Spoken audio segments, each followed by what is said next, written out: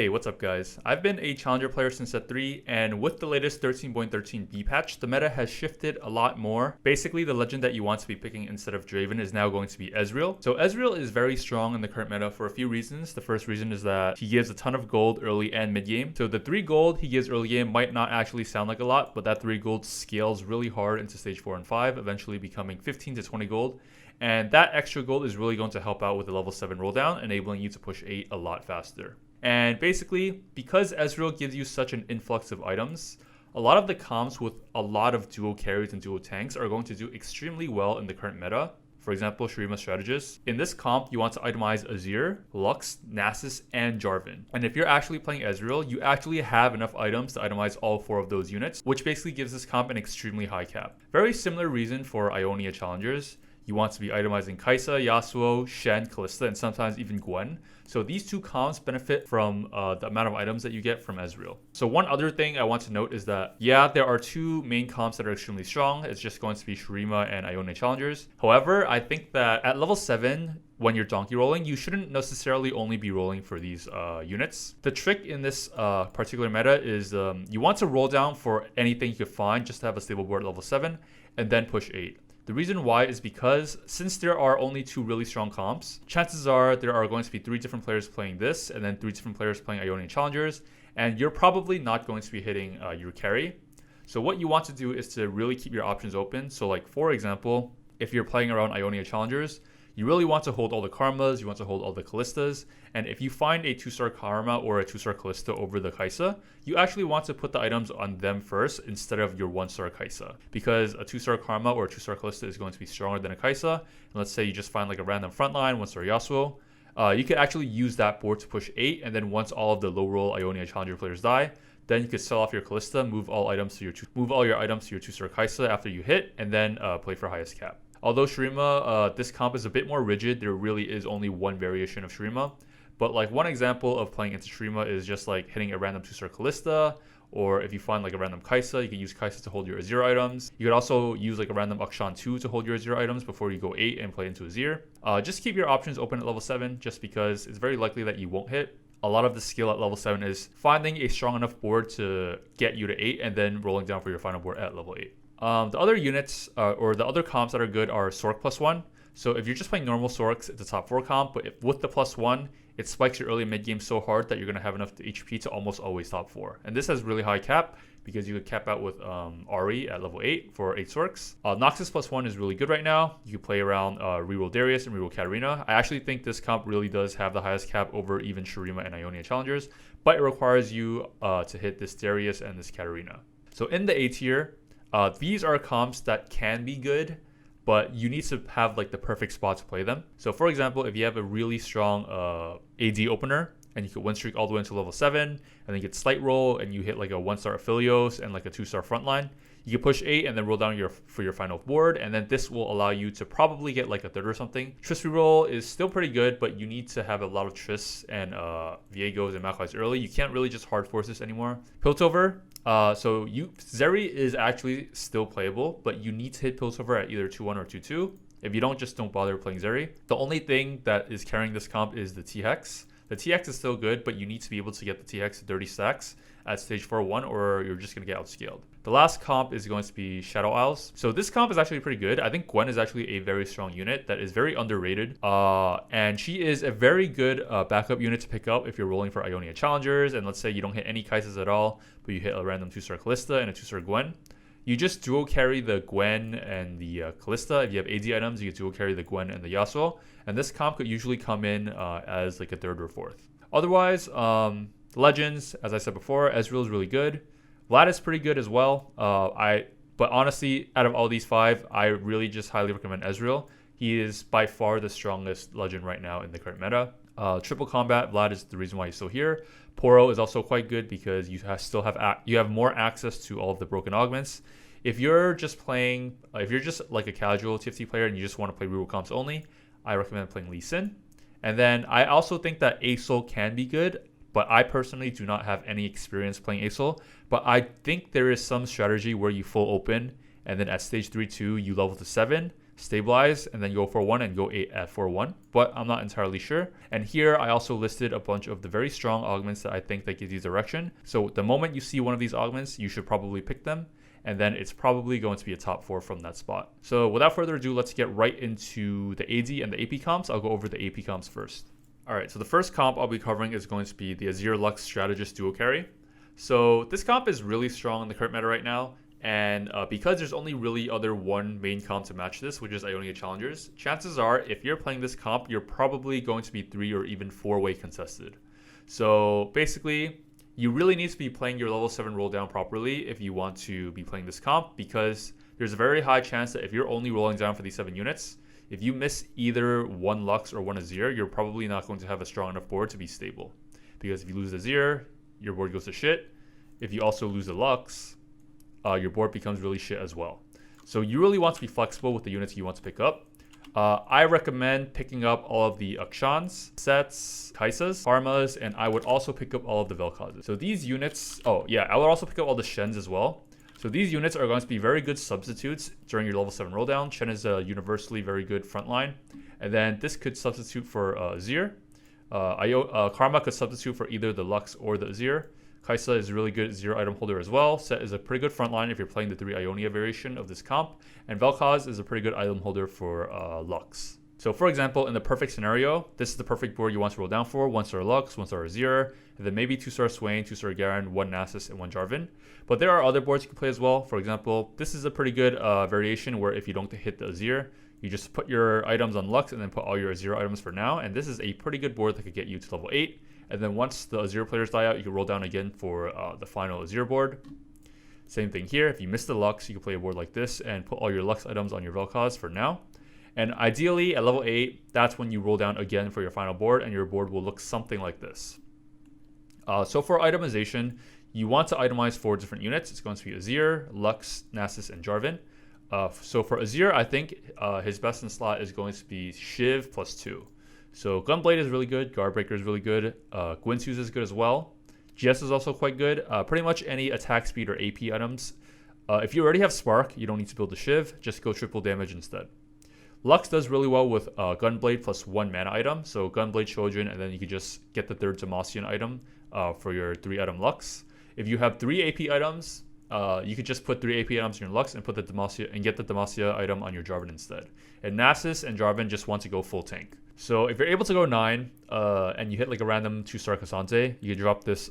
You could drop this Talia for your Cassante, and then you have space for a random 9th unit. For the random 9th unit, you could just play something like a random Senna or a random Heimerdinger.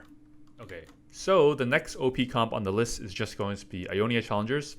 So the final board for Ionia Challengers at level 8 is going to look like this. It is a very strong cap board where you play around Yasuo, Kaisa, Ahri, and then you have your main tank as Shen.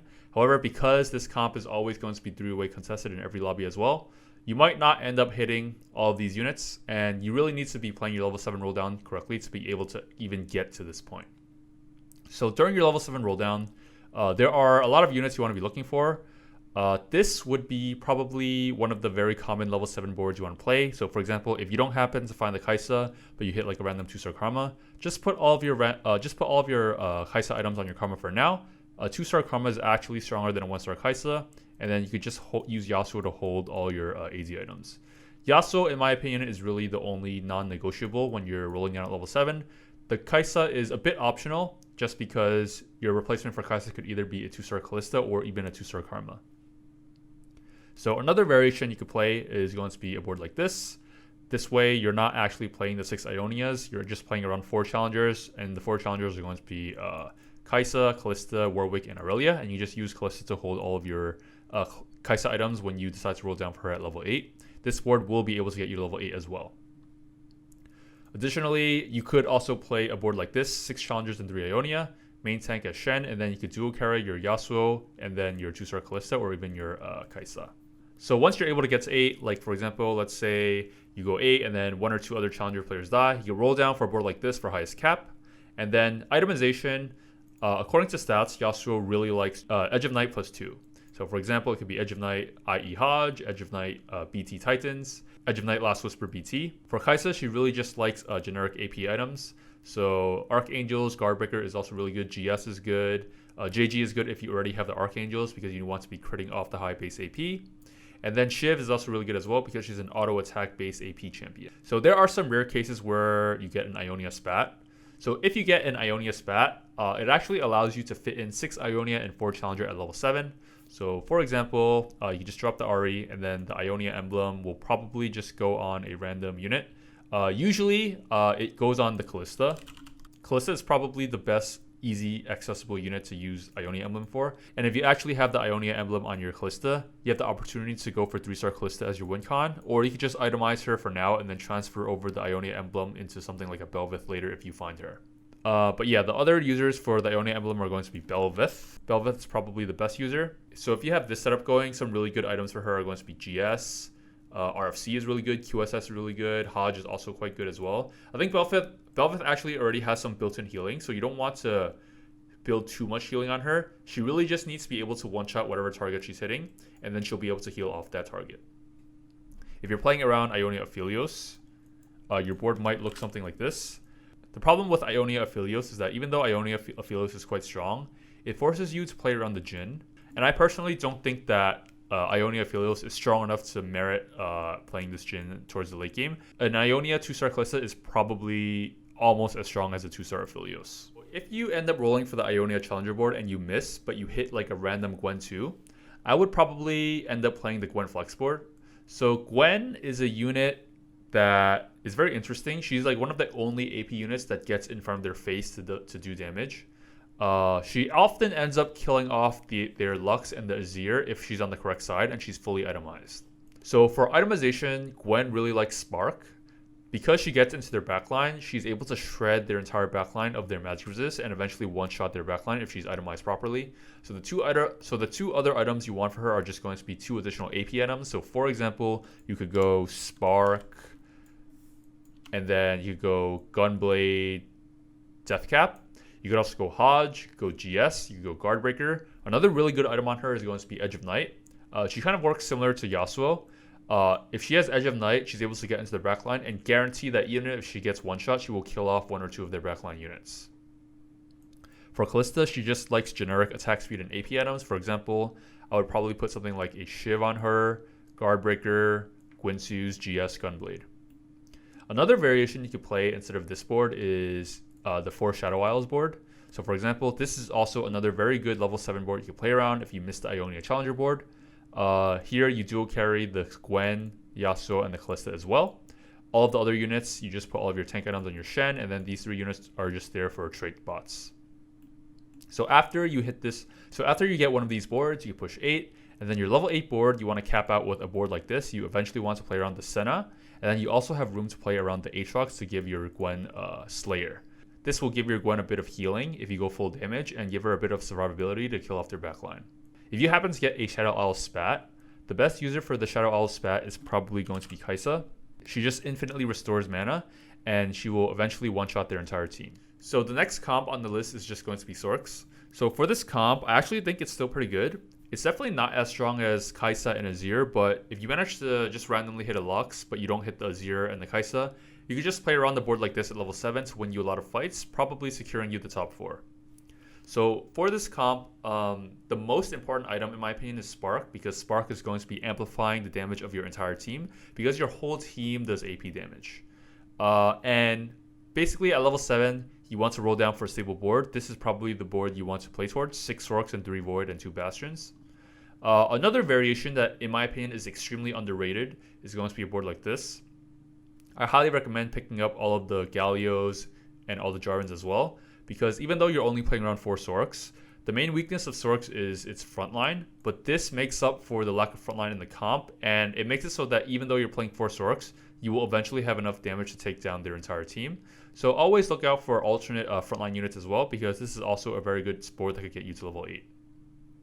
But basically, with either of these boards, once you get to 8, you generally want to roll down for a board like this. This is probably going to be your level 6. This is probably going to be your level 8 cap board, and you dual carry your Lux and your Ahri. You probably want your Vel'Koz to hold all of your Ahri items until you get her. So for this comp gets exponentially stronger if you get the Sorc +1. The reason why is because Sorc +1 makes your early mid game way stronger because it enables you to hit the 4 and 6 Sorc breakpoints way earlier, saving you a lot of HP. And if you get a Sorc spat, you generally want to put the Sorc spat on either your Sona or your Jarvan. Whoever you 2-star first, in my opinion. So if you get the Sorc spat, you have a few more. So if you get the Sorc spat, you have a few options you could do. One thing you could do is to play Shen instead of Orianna.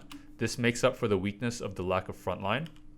So for example, this is a very good frontline, and your backline will eventually, once you're already cast, you will eventually wipe their entire team. The other option you have is to just play 8 Sorcs. So you could drop the Shen and you drop the Jarvan. Actually, you probably want to play the Jarvan because you won't have enough frontline. So your board will probably look something like this. Then you just play all of the Sorcs, and then you Sorc spat your Jarvan. So I think that this variant is very good. However, if you already have like a 2-star Jarvan and a 2-star Shen, I would probably prefer playing the 6 Sorc variant instead, just because even if you have 8 Sorcs, if your Jarvan is 1-star and your Taric is 1-star, you're not gonna have enough frontline, and your backline is just gonna get wiped anyway. So I would probably only play the 8 Sorc variant if you have 2-star Taric, Jarvan, Swain, and like the rest of your board as well. So for itemization, Lux really just wants 3 AP items. So for example, how I would itemize Lux is probably something like Gunblade, Shojin, and maybe JG. You could also do Guardbreaker, you could also do GS, you could also do Blue Buff instead of the Shojin. And then Ahri, she really likes 1 mana item and then 2 AP items. So for example, Blue Buff or Shojin is good on her. And then just put any random items that will either give her more AP or make her cast faster. So for example, I just do Shojin. Gwyntu is also pretty good just for faster cast. And then you probably do something like Gunblade or Archangels or Guardbreaker. You want all of your tank items on your Swain and your Jarvan. So next comp on the list is going to be Reroll Noxus. So I actually think out of all the comps on the list, this comp probably has the highest cap. For example, if you just had a 3-star Darius, 2-star Katarina, Darius will eventually one-shot their entire team after he scales up with the Titans. But I would only play around this comp if you get the Noxus +1. The reason why is because if you don't get the Noxus +1, at level 6, you're going to be playing around a Cassiopeia instead of this Warwick, which means that you're going to lose Juggernaut on your Darius. And in this comp is a very tempo-oriented comp, which means that you have to win all of stage 3-2 to 4-1.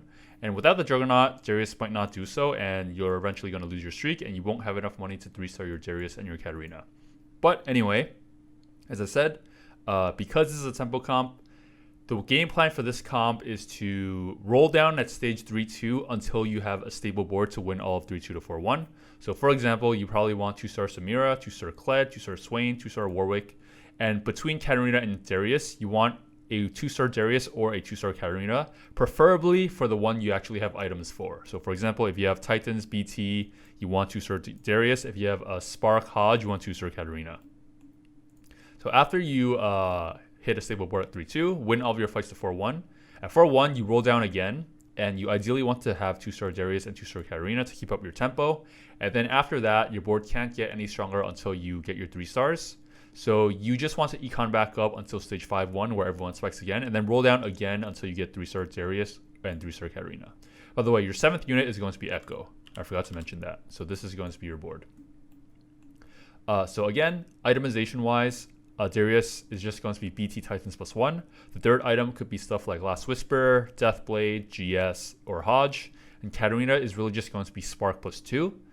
For example, Hodge is good, Deathcap, JG is good, GS is good, Guardbreaker is good. And you probably want all of your tank items in your Swain. If you're able to get a 3-star Swain, it's really good. You probably don't want to go for 3-star Samira, Warwick, or Kled because it's just going to be a waste of money. So the standard AD comp that you generally want to default towards in this current patch is just going to be Aphelios. Between Aphelios and Zeri, I think Aphelios is a little bit more consistent just because Zeri requires Piltover at 2-1. But Aphelios, you could actually play around if you manage to hit a random 2-star Aphelios and a 2-star Urgot. So this comp is actually pretty decent if you're uncontested. The reason why is because everyone else is taking out all the Kaisas, Yasuos, Gwens, Azirs, and Lux out of the pool. So for you, if you're uncontested, you're able to hit this Aphelios and Urgot for free, basically, if you roll down a little bit of gold. This is going to be a standard level 7 board. You want to dual carry your Aphelios and your Urgot. So Aphelios really likes attack speed and AD items. So for example, one very good setup for him is going to be Gwyntu's Deathblade, Guardbreaker. You could also go GS. You could also go Hodge. For Urgot, he really likes bruiser-ish items. So for example, BT, Titans, and Hodge is really good. GS is also quite good. And you just want all of your tank items on your Sejuani or your Shen. You just put all of them on whoever you 2-star first. At level 8, you just throw in a random 8th unit for more frontline because you generally already have enough damage, so you probably just throw in a random Scion. Alternatively, you don't actually have to play around for Zeri. So for example, you drop these 2 shitters. You could also just play something like Lysandra. And then for your 8th unit, you could just play, I don't know, if you hit like a random Ahri, you could just play a random Ahri. You could also play like a random Heimerdinger, random Cassante. Anything works. The 2 main core units are just going to be Urgot and your Aphelios. So the final AZ comp on the list is just going to be Zeri. So Zeri is only good if you get Piltover at 2-1 or 2-2. In every other situation, I would probably never click this unit because it'll be a guaranteed buff 4. If you do get the Piltover at 2-1 though, basically the game plan is you want to sack all of 2-1 all the way until stage 4. At least that's how I do it. I think some players like sacking until 3-6 and then slight rolling at level 7 to cash out then before trying to cash out after the 4-1 roll down. That way they guarantee the cash out because everyone else has not rolled down yet. I personally like rolling down at 4-1 to cash out just because it gives me a little bit more of gold to spike and allows me to get to level 8. But otherwise, you generally want to roll for a board like this to cash out. Theoretically, you should be able to hit the 2-star Zeri or the 2-star Urgot because no one is going to be playing these units. They're all going to be playing Kai'Sa, Yasuo, Azir, or Lux. So you shouldn't have to spend that much gold to hit this board, and you will be able to cash out pretty easily with a 30-stack T-Hex. Once you do, you just go 8, and then you probably just play like a random Sejuani. Put all of your tank items on your Sejuani. And if you actually get the T-Hex at 2-1, this comp could actually win you games just because the T-Hex is still good, but Zeri is kind of mid. And they also nerfed Locket to 4 seconds. Locket was a very good item in this comp because it allows you to kill off a chain and a rod. Rod is like the most useless component in this comp. And it actually gives you some backline shielding because Zeri has a lot of trouble with backline damage. She has no healing, so if a random Gwen or a Yasuo just jumps on her, she's just going to die instantly. But now that Locket is nerfed, she just dies randomly sometimes.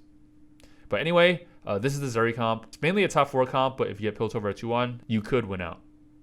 This comp is going to be Reroll Tristana. So this comp is still pretty good and one of the better AD reroll comps. However, I would only play this comp if you get a very good Tristana reroll opener. One example of a good Tristana reroll opener is if you have like an Econ opener and you get a lot of Maokai's, Tristanas, and Viegos early. If you do, you could just 5 lose streak into the first minion round. And then at level 4, you want to roll down to 33 gold to get as many of these units as possible. And then Econ back up and then roll down again sometime at either 3-5 or 4-1 to 3-star your Tristana, Maokai, Viego, and Poppy. You only need 3 out of these 4 units. Once you do, your Reroll will make your strongest 3-star a 4-star, which is going to be your Tristana. Best in slot Tristana is going to be Last Whisper, Gunblade, and GS. And you just want to put all of your tank items on your Maokai. Priority for 3-starring is going to be Tristana, Maokai, and then Poppy, and then the Viego. And then once you hit those units, you'll probably just throw in Teemo at level 5 for 3 Yordles, and then just throw in the Jace to give your Tristana more attack speed. And then you push levels, and then just throw in any 2-star unit you find. For example, you could play around 4 Gunners. You could also just play around 2 extra tanky units in the front. This is mainly a top 4 comp. It probably will not outscale like Azir and Ionia Challengers. But if you're able to get the proper start for it, you will probably get something like a 2nd or a 3rd. Alright, so this sums up my 13.13b flex guide. If you guys enjoyed this video, I would really appreciate it if you guys subscribe to my YouTube channel or follow me on Twitch. And I'll see you guys next time.